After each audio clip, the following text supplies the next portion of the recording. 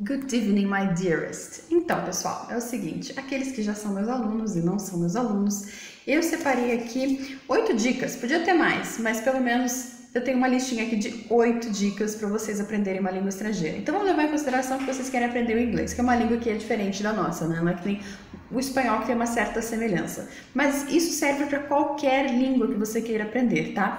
Então, primeiro, você tem que saber qual o objetivo de você estar aprendendo aquela língua. É por causa da sua carreira? É por causa do estudo que você quer fazer no exterior? Você vai fazer algum trabalho lá ou coisa do tipo? Então, qual o seu objetivo? É a primeira dica. Segundo, assista seriados, filmes, desenho animado que seja.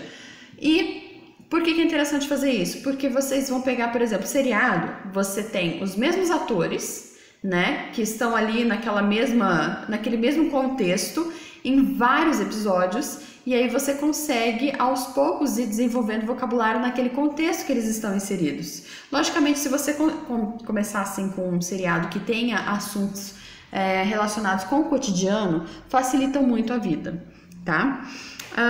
Terceiro, escute música estrangeira. Quando for escutar música no carro, quando for escutar música quando estiver faxinando a casa ou coisa do tipo, escute música estrangeira. A Miss também tá querendo vir dar dicas, ela já passou com o rabo 2 vezes aqui na câmera. Oi, Miss, tudo bom? Então, quarta dica. Insira palavras do vocabulário estrangeiro no seu dia a dia. Ou seja, você tá falando com alguém em casa e aí você quer começar a falar alguma coisinha ou outra em inglês. Gente, fala um bom dia em inglês. Vou colocar aqui um copo em cima da mesa, fala table ao invés de mesa. Aos pouquinhos, essa coisa de inserir o vocabulário auxilia muito a gente em ir memorizando as coisas. Então, aos poucos, tente ir inserindo uma palavrinha ou outra até que você tenha aí 10 palavras diariamente, 10 palavras diferentes que você fale diariamente. E logicamente, se você for inserindo mais e mais, é interessante. Então, 10 hoje, mais 10 amanhã, mais 10 no outro dia, até que você comece a ter muito mais vocabulário em casa mesmo. Outra dica que eu separei aqui para vocês é o seguinte, que você mantenha o contato contínuo com a língua. Então, assim, você vai mexer no seu celular, a configuração do seu celular deveria estar em inglês. Você vai mexer no seu e-mail, a configuração do seu e-mail deveria estar em inglês. Você vai mexer no Facebook, o seu Facebook deveria estar em inglês. Então, tudo aquilo que você utiliza de rede social ou qualquer aplicativo, e inclusive a configuração do seu celular, mantenha tudo em inglês. Porque, querendo ou não, já são ferramentas que a gente usa de uma forma automática. Então, quanto mais elas estiverem em inglês, ou no caso na língua estrangeira de seu interesse, mais fácil será de você acostumar estar com ela ali logo de cara no dia a dia. Outra coisa muito interessante, evite ao máximo utilizar a tradução.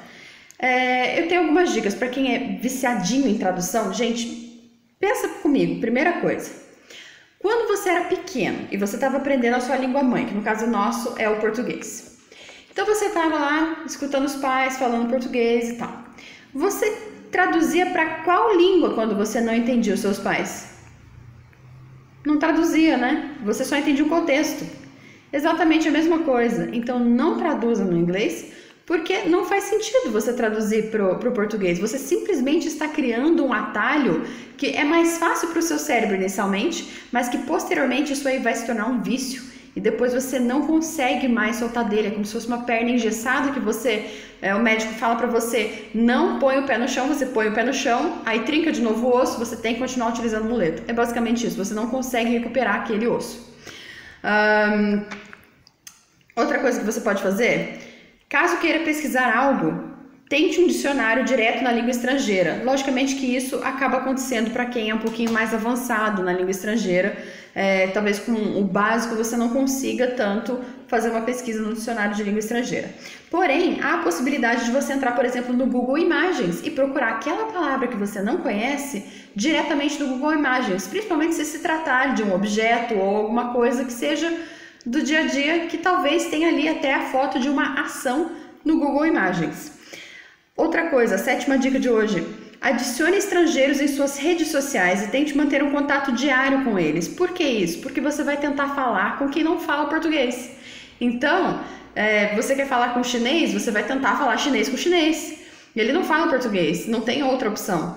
Então, assim, tenta utilizar já a língua que você está querendo aprender direto com quem fala aquela língua.